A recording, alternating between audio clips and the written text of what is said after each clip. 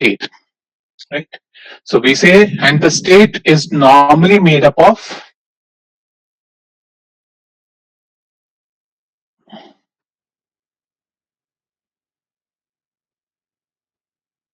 sorry, um, my bad.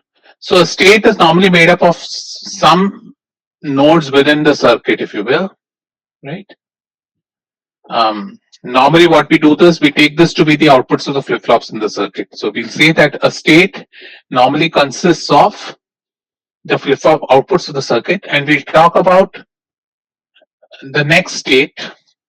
So when the clock signal comes, the next state can be defined as a function of the inputs comma the current state of the system, right? So this is how we define what a sequential circuit is. A sequential circuit, whenever we talk about sequential circuit, it is associated with a state, right?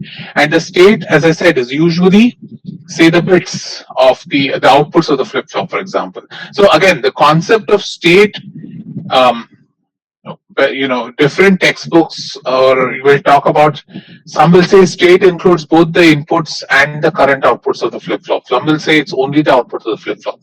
It really doesn't make much of a difference, because eventually we want to design a circuit quantity of states anyway, right? Eventually what you want is, given a certain set of inputs, what are the outputs you're getting, right? So let's think of a very simple circuit for now. Let's do a circuit which has two flip-flops. So this is a circuit from the textbook. If you want, you can follow from that, or you can do it with me. It's up to you.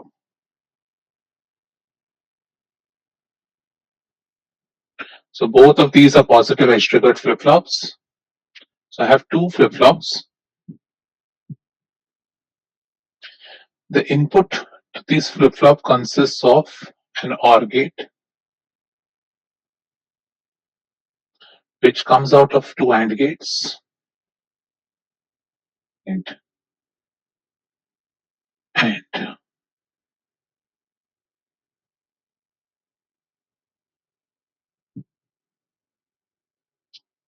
similarly here I have output of an AND gate here, and I'm also generating an output from the circuit, and the output from the circuit is made up of this.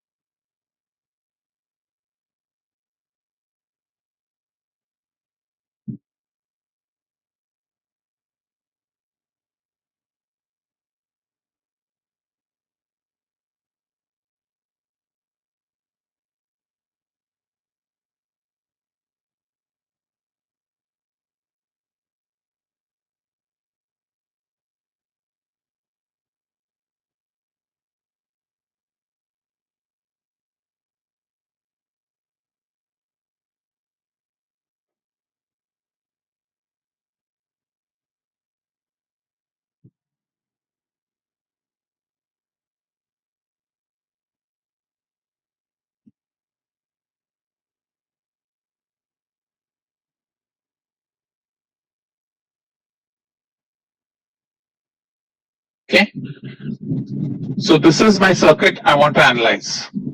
So now let's first figure out how many inputs does the circuit have. So how many inputs does the circuit have? The circuit on the screen, how many inputs does it have? And what are the inputs? Right, so number of inputs is 1, and that is nothing but X. So X is the input given to the circuit. Right, how many outputs does it have?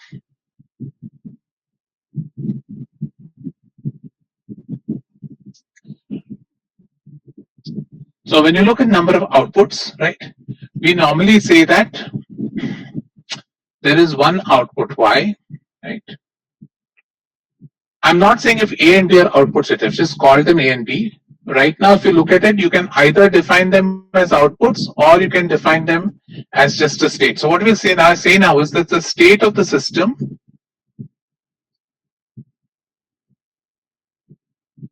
is given by what is in A and B. Right? So I'll call AB as the state of the system. Because remember, it's the output of the flip-flop. And we know that the output of the flip-flop, remember, these two are clock signals.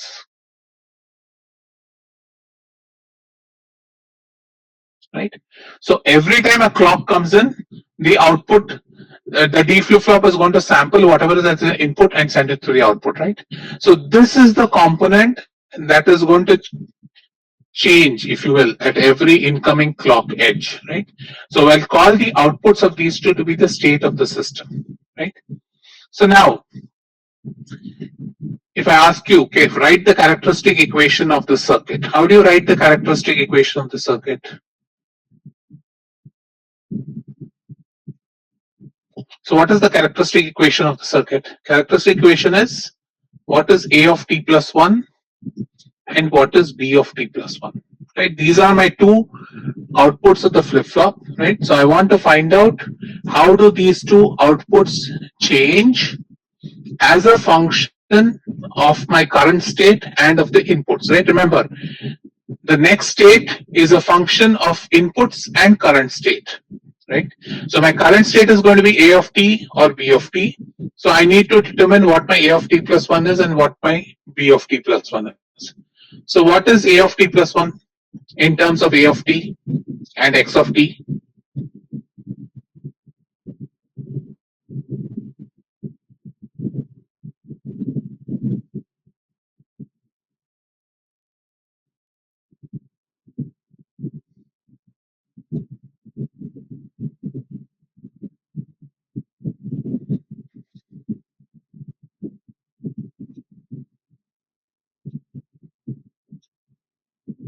Anybody? Correct, right? A of t plus 1, how do you find that out? Remember, this input is A, right? A has gone to the input of this AND gate. The other input is X, so this is AX. This X and this output is B, so this is BX. And so this is AX plus BX, right? So my A of t plus 1, and this is a D flip-flop, right? So a D flip-flop basically just transfers whatever is at D to Q at the active clock edge. So I can write my A of t plus 1 as A of t and X of t plus B of t and X of t, right? So this is my equation, characteristic equation for flip-flop A, right? So what is the same thing for flip-flop B? What is the characteristic equation for flip-flop B?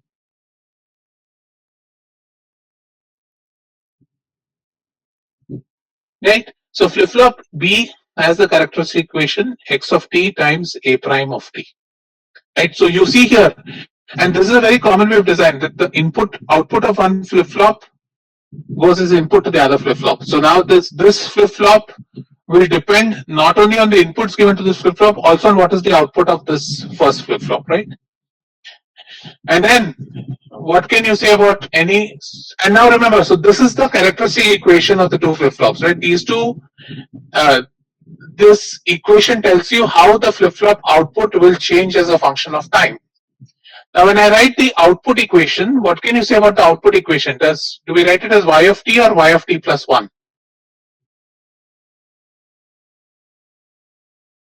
So no, why should it be y of t plus 1 and not y of t?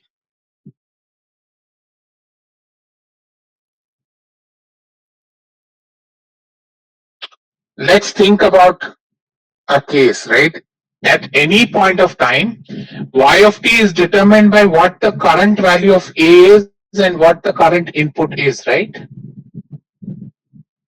See, y of t is y, output y is dependent on what the current state is and what the current inputs are. It is the next output of the flip-flop that is dependent on the current inputs, right? So when you say y, you don't really write in terms of time, you say y is written as, what is it going to be? It is going to be A plus B times X prime of T, right? Or A of T times, everybody following that Y, that is the output. We don't talk about the next state of the output, right? Remember, A and B are the flip-flop outputs, and there we concern ourselves with the next state, right? Output Y is just determined by the current input and the current state of the system. So output Y doesn't have a time dependence, if you will. Output Y is going to be generated whenever a state exists of the system and X is present, right? It's a combinatorial circuit of the current state and the inputs. Whereas the output of the flip-flop, we speak about how that state changes every time a clock edge comes in. For example, if your state, if for some reason, right, you had A of T and B of T, if you change X in between without the clock, output will change, right? But your state will not change. So let's think about a time. So let's assume that we have a clock signal of 1 hertz, which means you have an edge coming every 1 second, right? So if X changes at 1.5 seconds, output Y will change, but A and B will not change provided X goes back to its original value before the clock edge comes in, right? And so therefore, your Y, because it's a combinatorial, a Boolean function of just X and the current state, we normally do not associate it with the next state. We say it is the output from the current state of the system. Everybody following? Okay. So now that we have defined this, so I can shorthand this and write this as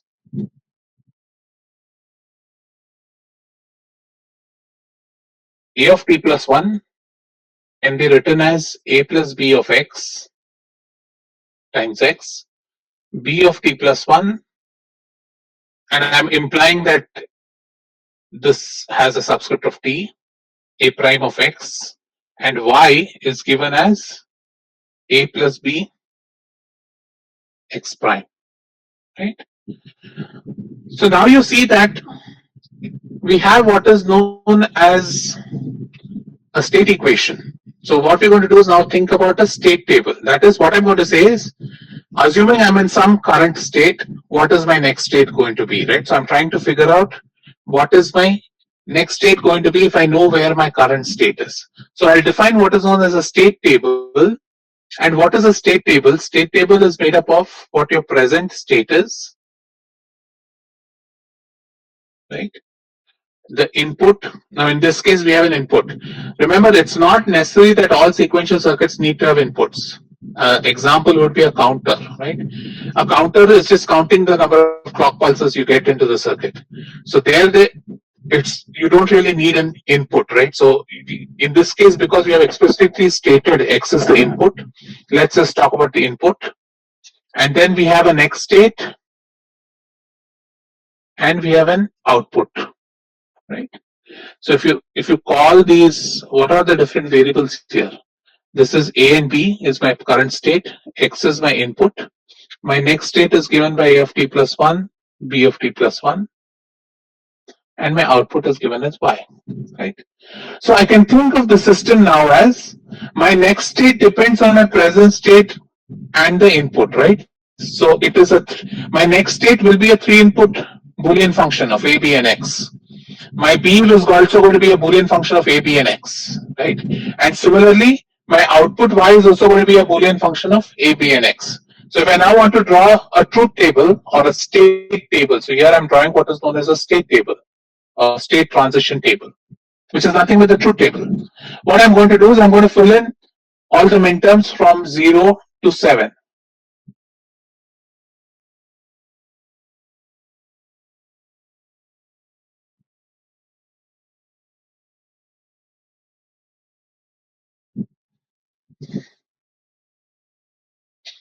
So what does this mean? This means that the current state is 0, 0, and if the input is a 0, what will my next state be? What will Y be? So go ahead and fill up this table.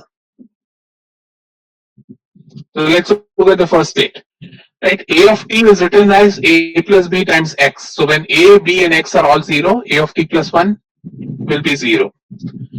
Now when I think of A prime of X, when A and B and X are 0, 0, 0, A prime of X is going to be 0. And when you think of Y is given as 0 plus 0 times 1, so it remains a 0, right? So similarly, fill out the entire table. I'll give you 2 minutes. Fill out the entire table and then we'll discuss.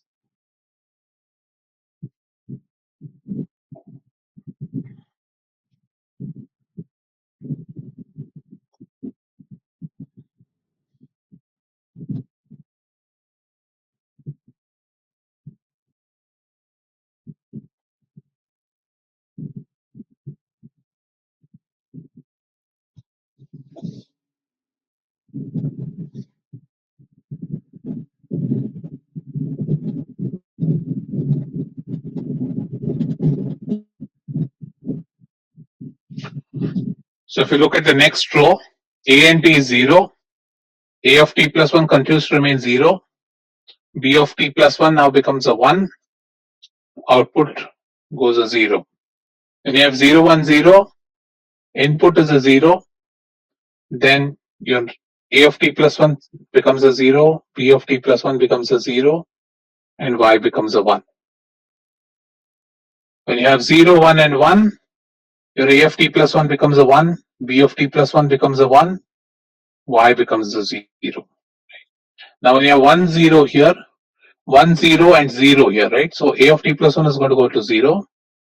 This is 1, so this is a 0, so that is 0 again. Output is 1 times 1, so it is a 1, right? Similarly, 1, 0, 1 is going to go to 1, 0, 0. 1, 1, 0 goes to 0, 0, 1. And 1, 1, 1 goes to 1, 0, 0, right? So all we have done here is we have just converted what are these Boolean expressions, we have converted them into a table, right? Nothing wrong. It is basically how you did combinatorial circuits. Only thing is, instead of, so we know we had one output and we have a current state and a next state, right? So for example, now why did we get 8 rows here? Because we had two flip-flops and one input, right? So we had two flip-flops and one input, right? And so the state can be defined with 2 bits. And so two flip-flops and one input means that the total number of Boolean variables to define the next state is going to be 3, hence you have 8 rows needed, right? So if I say I have n flip-flops and m inputs, how many rows would I have for this table? If I have n flip-flops and m inputs, how many rows will I have for this table? Yes, 2 power m plus n, right?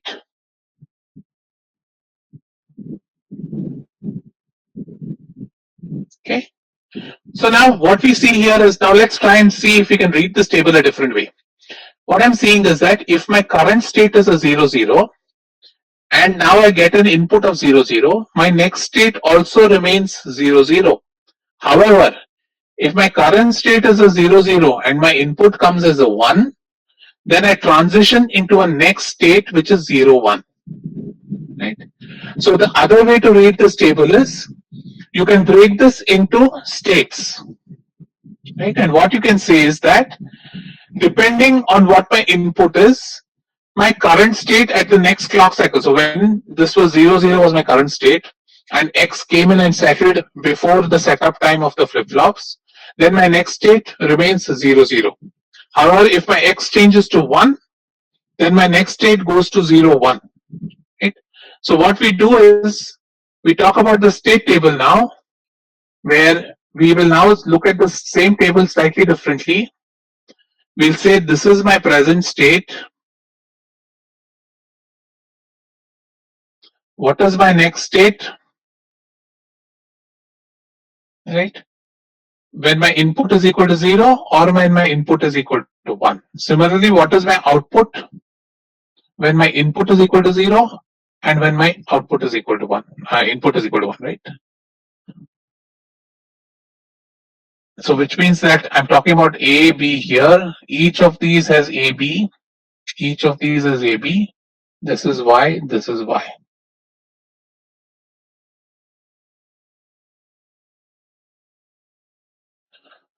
So now remember, it has two flip-flops. So how many rows will this table have? How many rows will this table have? What are the, how many different states do we have for the circuit? 4, right? So the 4 states we have are 0, 0, 0, 1, 1, 0, and 1, 1, right? So now let's go back to our previous table. What we said is, if my current state is 0, 0, if my input is a 0, my state remains the same. That is, the circuit doesn't change its state. When my current state is a 0, 0 and my input goes a 1, then my state of the circuit changes to 0, 1. And in both cases, my output remains 0, 0. So the way I write this here is, I say that if my current state is 0, 0, and x is equal to 0, it remains in 0, 0. When x is equal to 1, it goes to 0, 1, and my output continues to remain 0, 0. Right? Now let's look at the second condition. If my circuit is in 0, 1, if my circuit is in 0, 1, if I give an input of 0, it goes back to state 0, 0 with an output of 1. If my state is 0, 1, if I give an input of 1, it goes to state 1, 1 with an output of 0. Right? So if I'm going to write this here, I'm saying that when it is 0, 1, what am I saying? When it's 0, 1, it's going to 0, 0, else it's going to 1, 1. I will say that when it is 0, 0, it's going to 0, 0, or it is going to 1, 1, and my outputs are 1, 0, right? Are you following? I'm just looking at that table differently here, but this is now giving me more information because it's trying to help me track how the circuit moves with every clock edge, right? So what we're doing now is we're tracking the motion of the circuit, if you will, at every clock edge. Now let's look at state 1, 0. When my state is 1, 0, if I give a 0, I bring it back to 0, 0 with an output 1. If my current state is 1, 0, if I give it a 1, it remains in 1, 0 with an output 0. Right? So again, what I'm doing is I'm sending it to 0, 0 if my x is equal to 0, and I'm keeping it in the same state 1, 0, and this is 1, 0. Right? And finally, when my current state is 1, 1, if I give a 0, it goes back to 0, 0, and if I give a 1, 1, if I give a 1, it goes to 1, 0.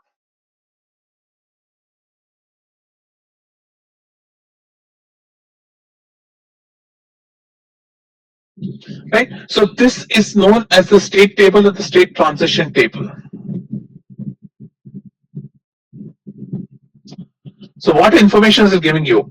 It is giving you how the circuit moves at every clock edge. So what this tells you is, when my current state is in one of these 4 states, then depending on what my input is, my circuit will move to some other state. Now, which state the circuit moves to will be decided by what the input of this is, right? So it's kind of using the input, you're telling the state to move around, right?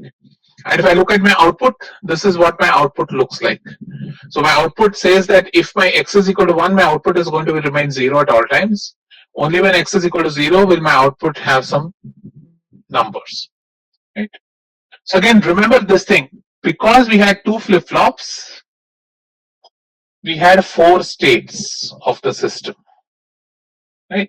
Again, when we look at state, we try and see how many flip-flops are there, because it's a flip-flop which is actually doing the movement, right? Because the flip-flop is responding at every clock edge. So this flip-flop is actually helping with the movement of the circuit at every clock edge, right?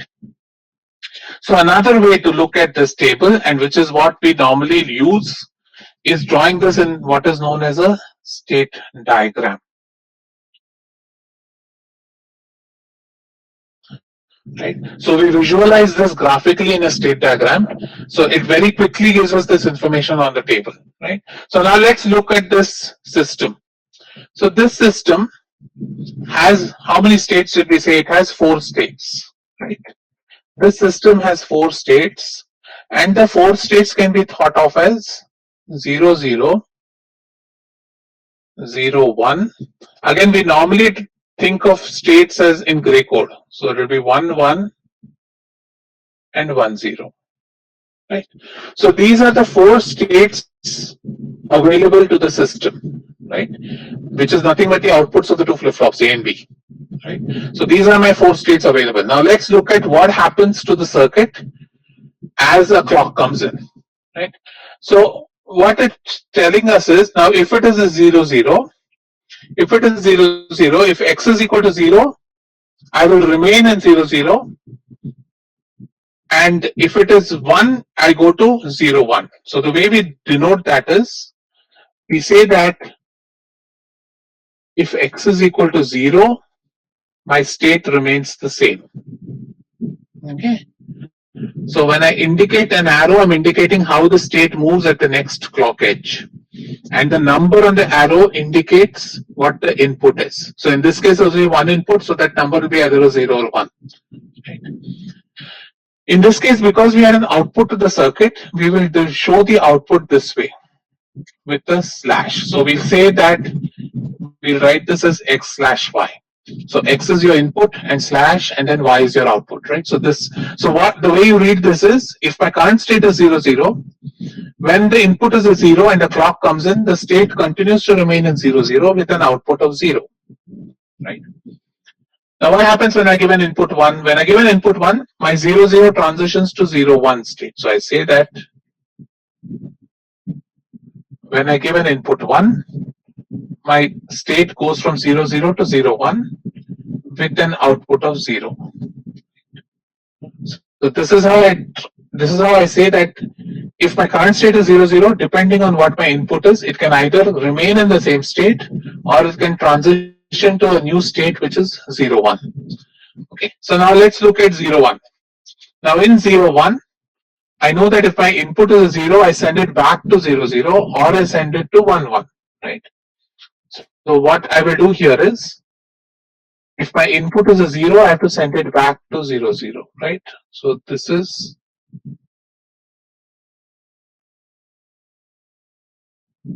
so again, if my input is a 0, my output is a 1, and I send the state back to 0, 0. Send the circuit back to state 0, 0. If it is a 1, I send it to 1, 1, right, with an output of 0. Similarly, we can do with the 1, 1 state. In the 1, 1 state, I send it to 0, 0 when x is equal to 0 and send it to 1, 0 when x is equal to 1, right? So I send this to 0, 0 when x is equal to 0, and I send it to 1, 0 when x is equal to 1. And finally, if I'm in 1, 0, if I'm in 1, 0, then I send it to 0, 0 when x is equal to 0 and keep it in 1, 0 when x is equal to 1, right? So the way I have to denote this is, I'll send this to 0, 0 when it is 0, 1, right? And I will keep this in 1, 0 when my input is 1 and output is 0. So all the information that we had in the previous table can be drawn in this, and this is known as the state diagram of the circuit. Right. So this is a very easy graphical way to look at what the circuit is doing. So almost always you will bring down your circuit design to a state diagram, and the state diagram very quickly tells you what is the motion of the circuit, how does the circuit move with clock edges. And so this kind of gives you, so suppose now if I give you something like this, so go back home and try to do this. Let's say my initial circuit state was 0, 0, right? And I gave some x as 0, 1, 0, 1, 0, 0, 1, 0, 0. Some input sequence has been given to x. Using the state diagram, you should be able to tell me what should y look like. So what does this mean? This means that during every clock, before every clock edge, my x looks like this. Right? So this is my input stream, if you will. So this is my input stream to the circuit. Figure out what the output stream from the circuit looks like. Right? So how would you do this? I said my initial state is 0, 0. Right? So the way you do it is my initial state is 0, 0. My input is 0, 0. So it continues to remain in 0, 0 with an output of 0. Now when I give second time clock comes in, I give an input of 1. When I give an input of 1, I'm sending it into the 0, 1 state with an output of 0. Right? So the output goes to 0, but now I'm sitting in 0, 1 state. Now when I give an input of 0 again, I send it back to 0, 0 with an output of 1. Right? So after this, I'm back in 0, 0. Now I've given it a 1, so I'm sending it back here with an output of 0. Right? So it is here. Now, when I give it a 0, it goes back here, and so you can keep tracking this. Now it remains in 0, remains in 0, and so on and so forth, right? So, given the state diagram, you can identify how the circuit moves, and you can look at how the states move, how the outputs would come out, right? So you can do a lot of interesting things. Now remember, we looked at sequence detector, etc. I gave you some examples. We'll actually design them in class, and all that will be based on first identifying what the state diagram looks like. And once we know the state diagram, then we can quickly go ahead and design the circuit. So any questions here?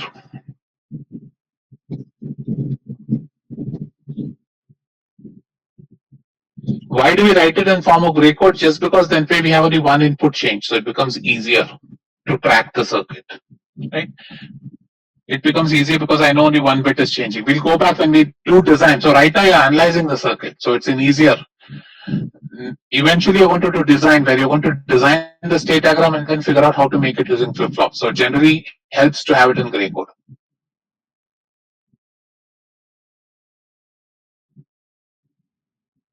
Right. We don't consider the clock signal because we assume that the clock signal is the only one which is going to change the circuit, right? Other than the input. So whenever you're designing sequential circuits, you know the clock is going to come in at every clock frequency. So that's a given already. There's nothing new that's happening. Clock is otherwise boring, right? What is it doing? It's only coming every clock frequency and sampling this and helping the circuit sample its inputs, right? So that's all the clock is doing. So clock is implicit when you have to design a sequential circuit.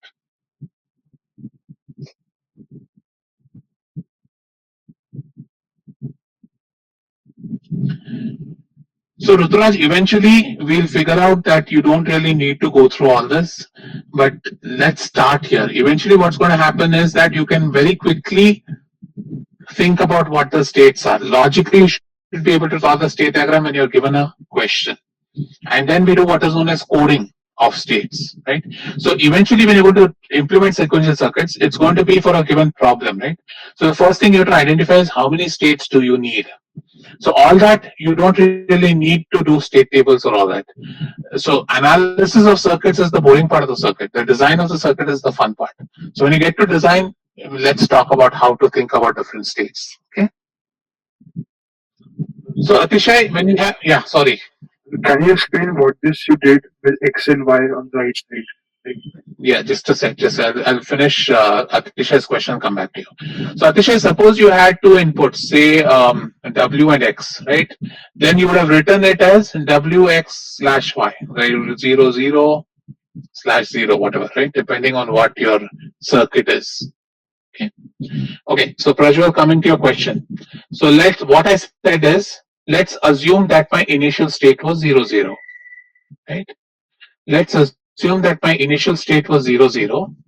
And now I've given this input signal, right?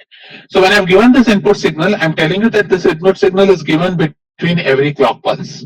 So what this means is that in the first clock, the input is a 0. In the second clock, the input is a 1, and so on and so forth, right? And I want you to determine what the output of the circuit is going to be, right? So how do you do that? So you know that the initial state is 0, 0. Now, if the initial state is 0, 0 and my input is a 0, what is my next state going to be?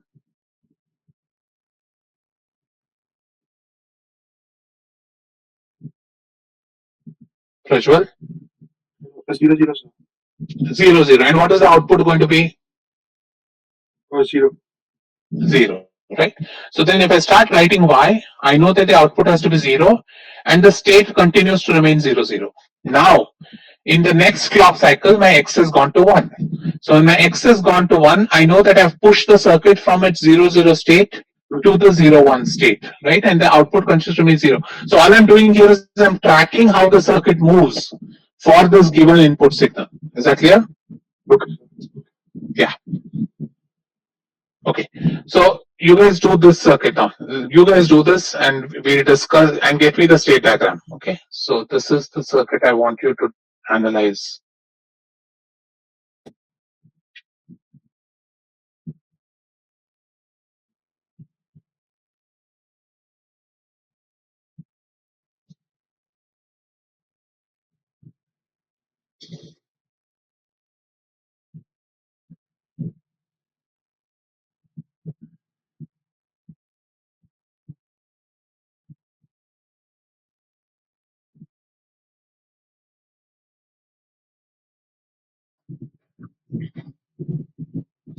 So I want you to analyze this circuit,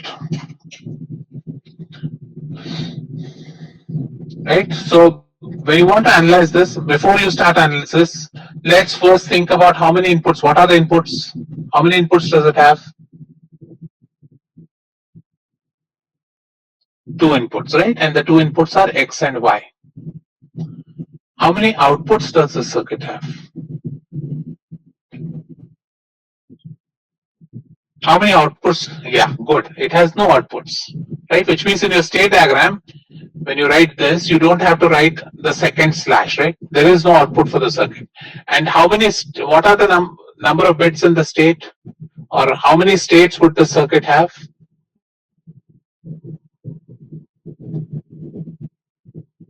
How many states will this circuit have?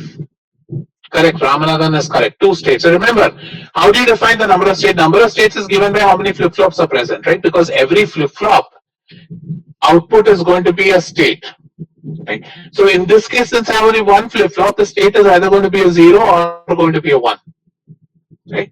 So this tells you that your state diagram should look something like this. You have two states, a 0 and 1. Now figure out how the state diagram looks like. So take a few minutes and tell me, when does 0 remain in 0, when does 0 transition to 1, and vice versa. Everybody following why the states are only 2, 0 and 1? Saksham, what is 0, 0 in this case? There's only one flip flop, right? So the only state is going to be the output of the flip flop.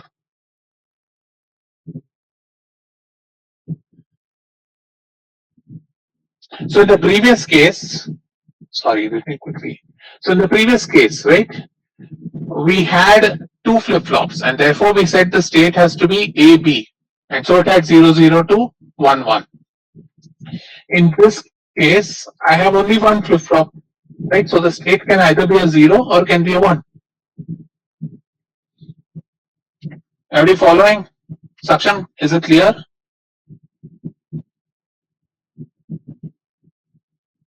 No, no, no. Two inputs is all right. So number of rows and all is fine. I'm just talking about number of states. You're right. Number of rows are going to be 4, or not 4, whatever. They're going to be 8, right? In your truth table, the number of rows are going to be 8, but the states are still going to be 0 and 1 only, right?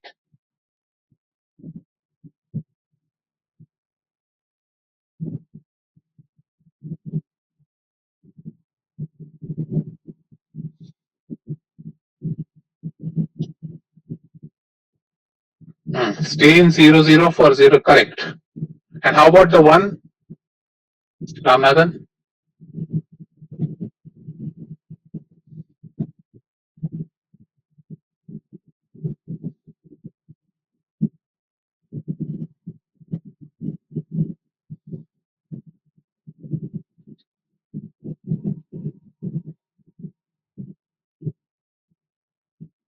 No, no, guys, check your 1. Check your 1 again. Your 0 is correct. Check your 1.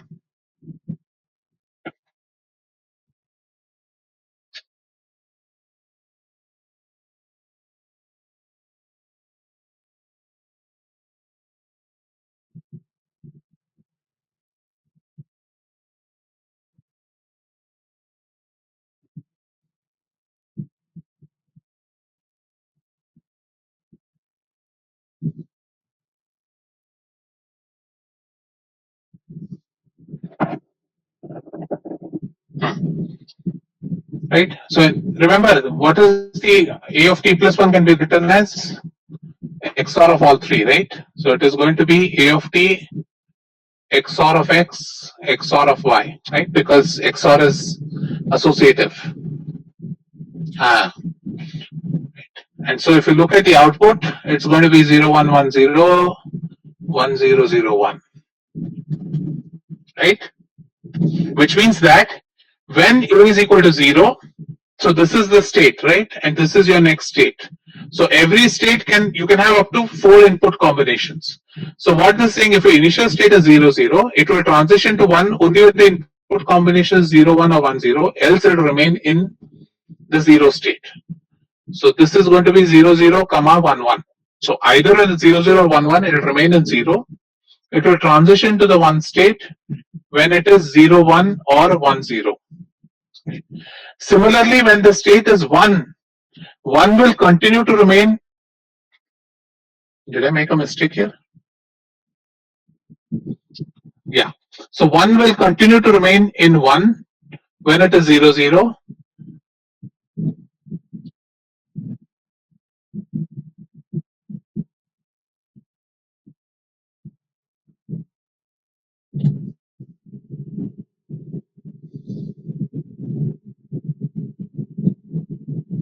Correct?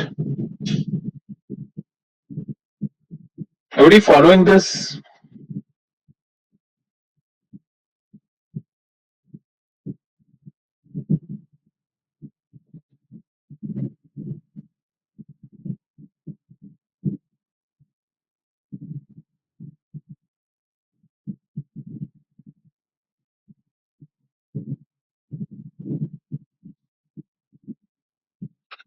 What is the circuit doing? Everybody want to take a guess? If you can't, it's okay. I'm just curious. Can you guys guess what the circuit is doing?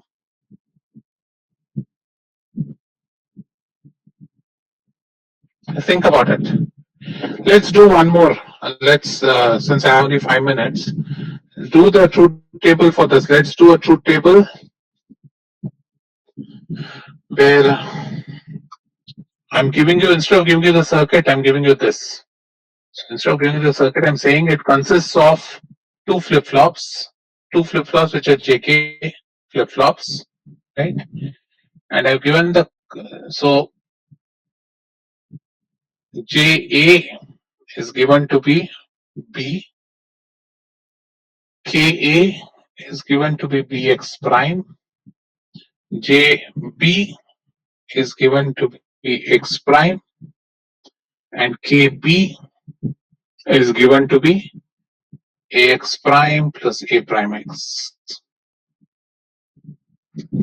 So I've given you a flip-flop which I've given you a circuit which has two JK flip-flops, a JK flip-flop A and a JK flip-flop B, right?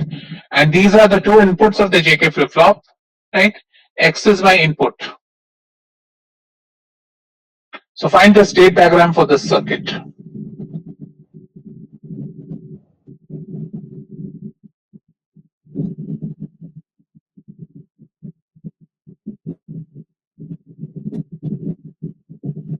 Yeah, it is a parity checker, by the way. Those of you who are, it is a parity checker what we discussed in the last circuit. So again, this is, so here instead of drawing the circuit, I've told you now again, how many flip-flops up? So what should the state look like here?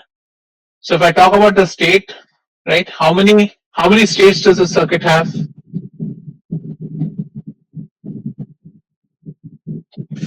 Everybody convinced 4 states, right? It has 2 flip-flops, which means it'll have 4 individual states, 0 0 0 1 1 0 1 1. So number of states are 4. How many inputs? 1 input. Does it have any outputs? It doesn't have any outputs, right? So your state diagram will not have a slash, it will just have 1 input. Right?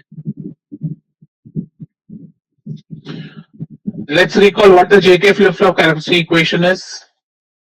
Anybody, what does the JK flip-flop say? JK Q of t plus 1, right? 0 0 0 1 1 0 1 1. When 0 0, Q of t remains as Q of t plus 1. When it's 1, 1, it toggles. When it is 0, 1, it is reset. When it is 1, 0, it is set.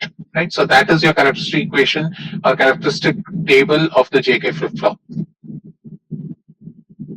Correct. Or JQ prime plus K prime Q.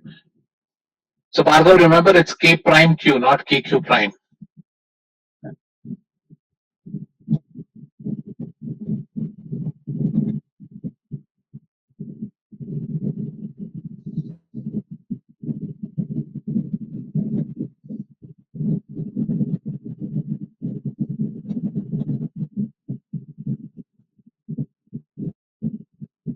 Astha, remember it has two flip-flops, right? I said that there are two flip-flops, A and B, who's given by J and K states, right?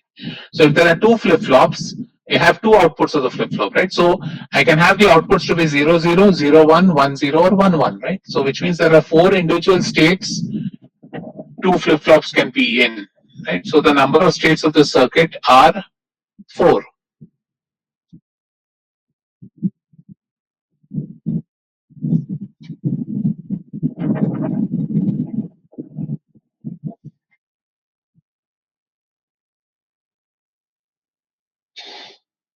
So as running out of time, I'll draw the final state diagram. Please double check it. Double check my work. Let me know if I made any mistakes.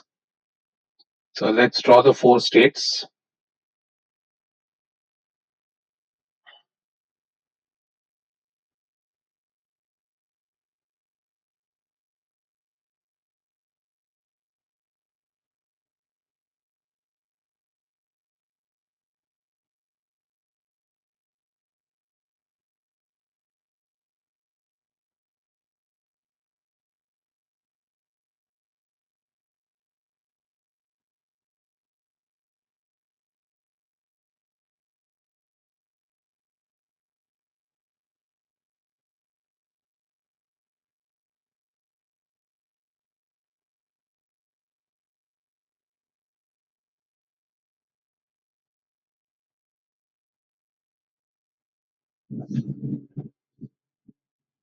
A and B are the two flip-flops.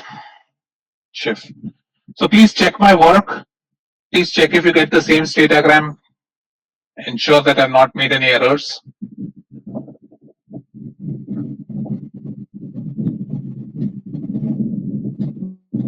Okay, with that, I'll stop the lecture here, and then those of you who have any questions can stay back. The rest of you can leave.